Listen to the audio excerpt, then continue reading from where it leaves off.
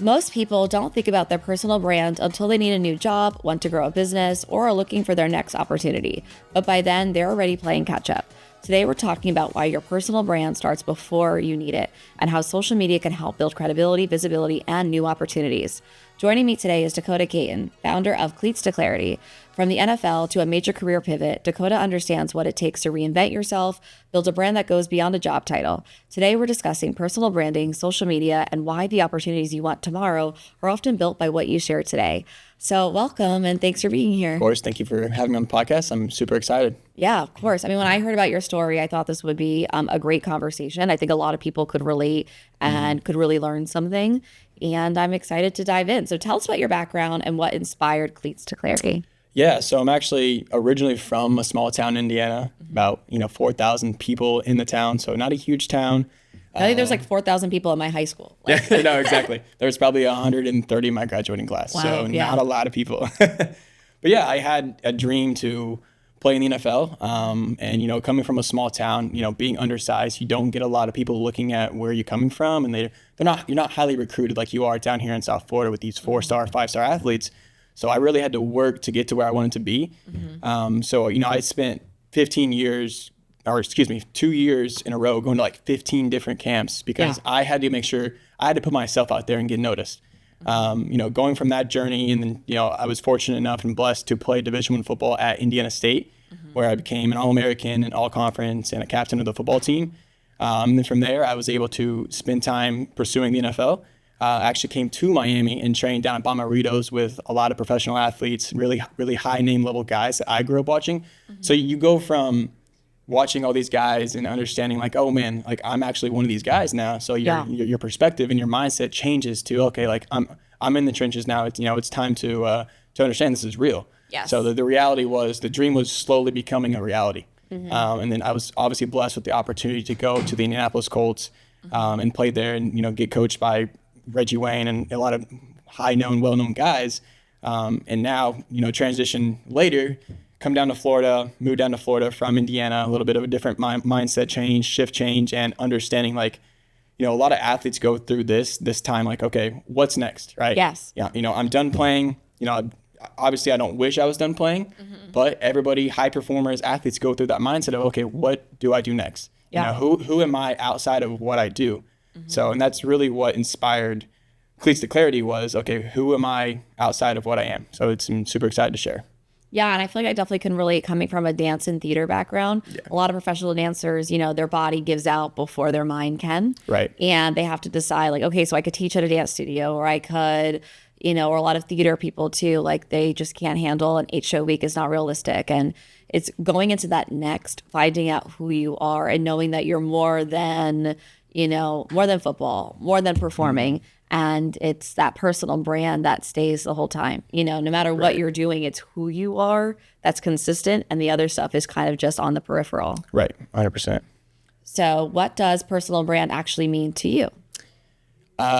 Really, to me, it's really a representation of what people think of me when they hear my name. It's not necessarily, like you said, what I do or, but it's more of like who I am.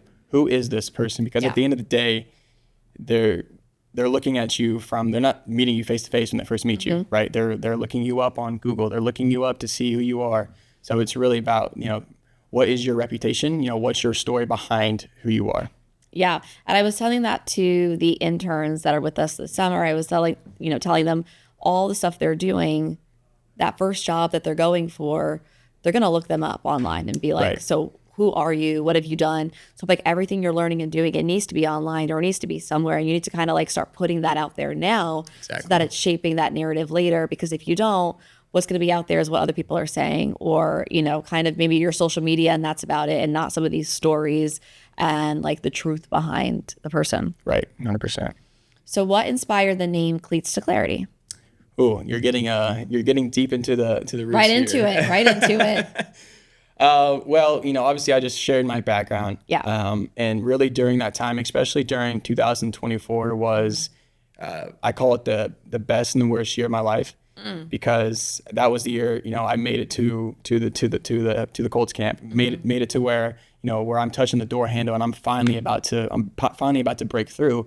And then you don't. you touch the dream, you get there for a little bit, but you don't actually get to live the dream that you quote unquote thought God was really calling you to do. Right. You thought like, okay, check, got it, next. Right. Yeah. Right. You're like, okay, this was my plan. I was made to be an NFL football star. Like this, I'm here.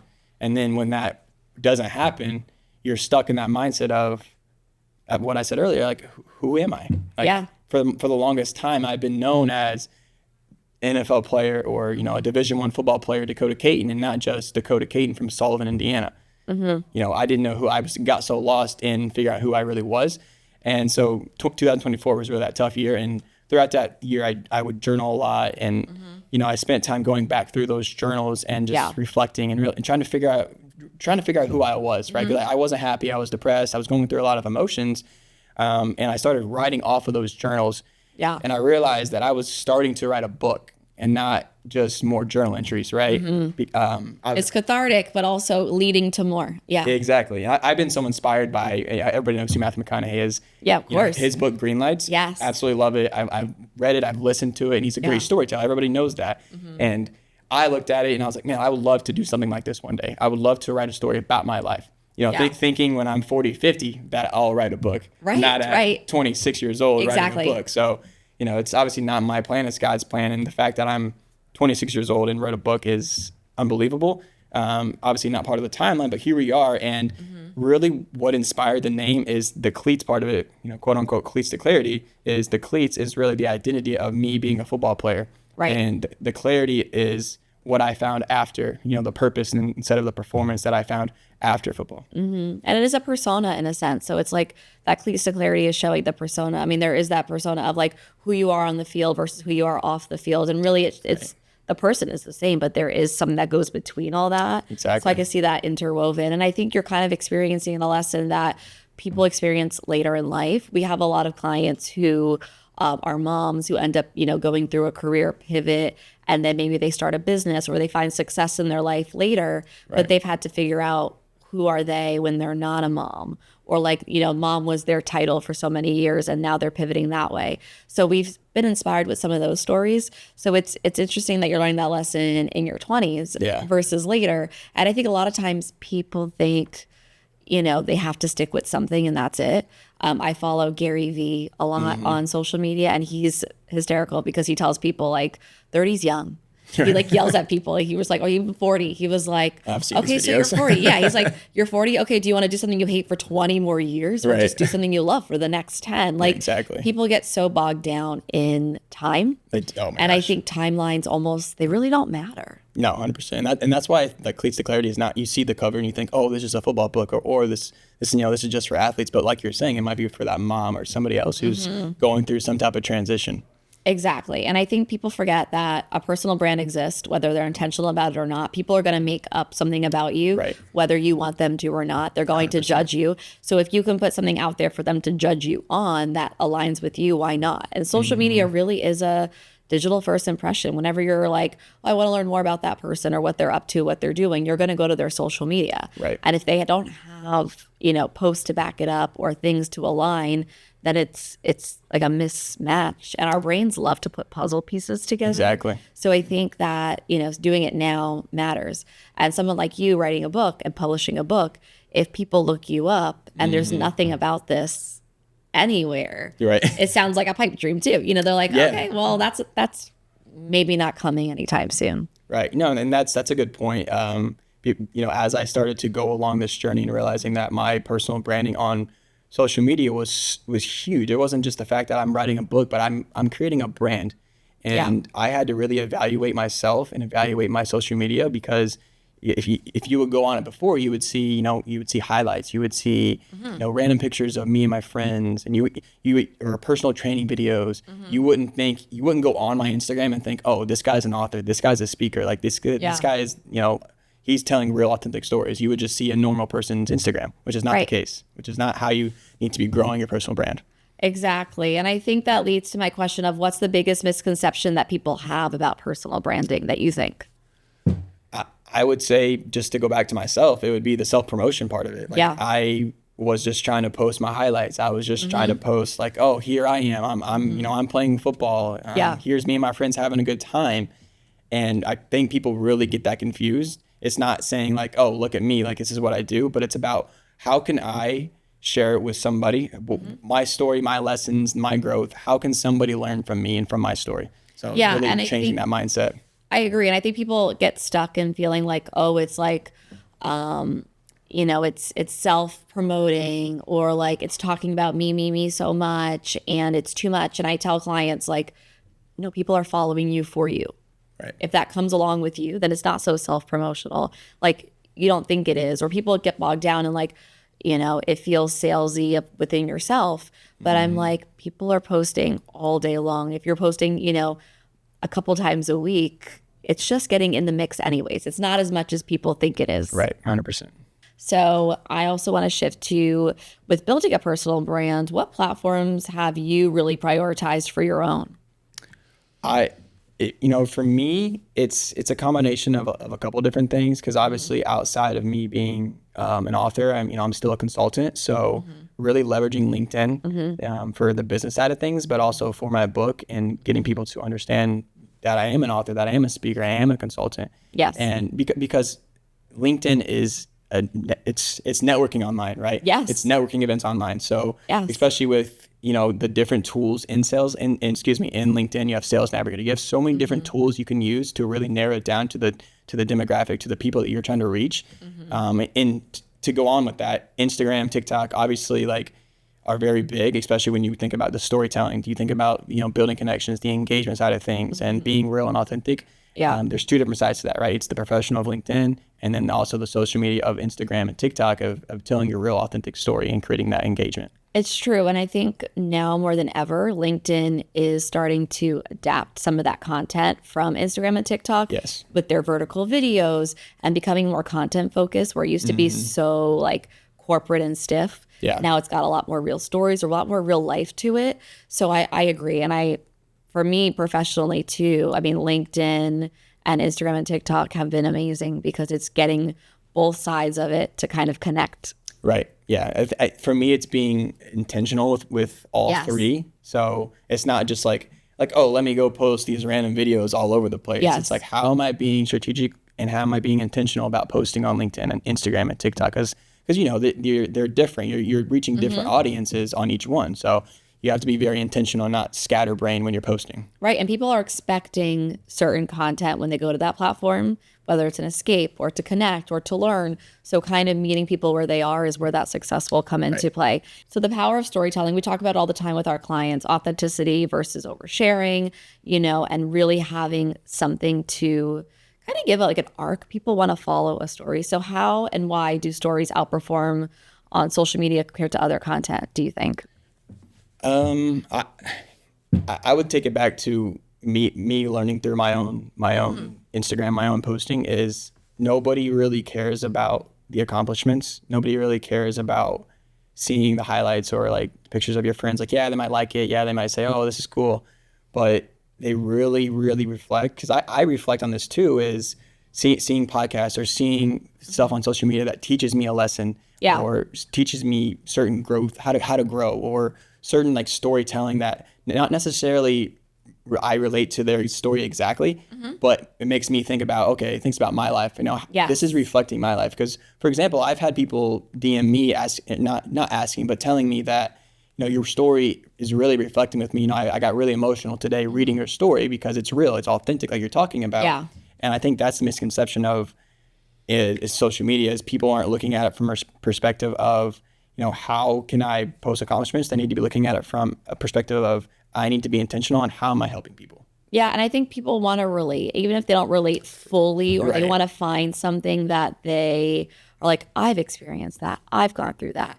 I even watched an interesting interview recently on like a conversationalist expert, and she was saying a lot of times humans don't mean to, but they want up people just to relate to someone. So someone might be like, oh, I've been to that restaurant, I've been there twice, and like blah, blah, blah, blah, blah. And they go on and they're not listening, but it's not on purpose. It's just that people want to relate and they want to just connect. Right. So I think if you could connect through a story, people will then want to share it, or they might feel like, interested to comment on it exactly. or kind of take it that next level. Whereas like you said, an accomplishment, it's, congrats, or that's nice. And then we go on about our day. Right. You're not doing anything with that. And it also goes to like certain niches of people, right? So people have certain things they like, to your point. And I really feel like people who find a certain niche, and the niche really is your story. People are just reflecting and learning from your story instead of the accomplishments, right? Because your accomplishments are really just you're just putting information out there. It's true. You're not creating connection. Yeah. And how has this worked out for you with, standing out when everyone is creating content and everyone's competing for attention and many people are putting books out? What are you doing to be different? I think I'm looking at it from a different perspective. In the past, like during COVID, I was big on TikTok with dancing or, putting random videos out there. Yeah. Obviously everyone's blowing up on TikTok, right. But now I'm like, obviously I'm not a TikTok dancer. So now I look at it from perspective of, I'm not trying to be a content creator. I'm really trying to be a teacher or an author to people and see how they can relate to my story. So being able to share what I've learned and see the feedback of people like, oh, I really understand this. Like this really reflects what I'm going through. Because even if I also have, a channel on Instagram where I post a daily message and, a call to action at the end of like, how does this make you feel? Like, how are you changing your life today? And people really enjoy that because it makes them think. It makes them, they're not just scrolling through TikTok, seeing these reels. And I think as a social media agency owner, seeing your social media from that outside, I feel like seeing you in person, we're seeing in social media, it's the same person. It's not like an act that you're putting on to try to, get a community and to sell a book. It really is you. Right. And I think that authenticity is showing, and then you're adding value. And I think sometimes people forget the value is so important. And with those questions you're giving, that's the value in the sense of you're getting people to take a moment and think about their day. Take a moment to think about what's going on. I think today's question was something about like, what's the promise you're keeping to yourself this week? Right. And I think that's something that we all could use midweek when you're tired, it's raining, and you kind of are like, well, maybe this can go through the wayside. And it's like, wait, no. Put myself back in the first, and kind of just have a positive mindset. And I feel like the value that you're providing is probably your niche as well. Yeah, no, I agree. And it's funny you had mentioned the message today, because every time I make the message or every time I make a post, it's not like, oh, I can't wait to make this for myself. It's how can this impact the person that's going to be reading this? Yes.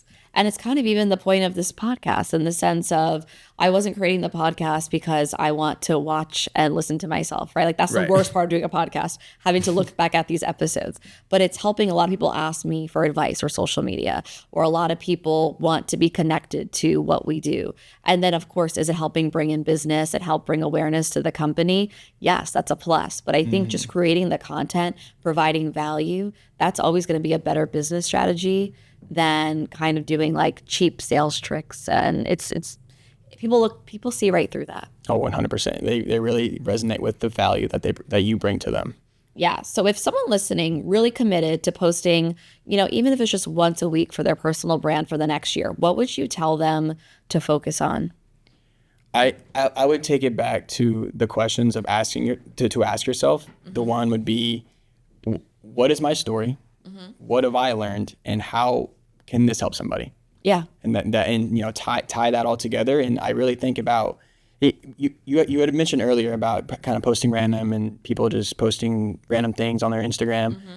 It really isn't about like, I'd rather see somebody post maybe twice a week or whatever it is, but making it intentional and impactful, instead of somebody trying to post every single day for trying to post for a year, but they only fall into a month because, they get tired. They're like, they burn out. Exactly. They're posting all this random stuff and like, oh, I'm not seeing the numbers that I want to see, or and people aren't engaging my stuff. And there's a reason for that, because you're not being intentional about it. Yeah. And it's consistency that matters. Right. And I even say, even if it's once a week, if I challenge all my listeners to do it, that's, about 50 pieces of content for the year, right? Give or take with some holidays.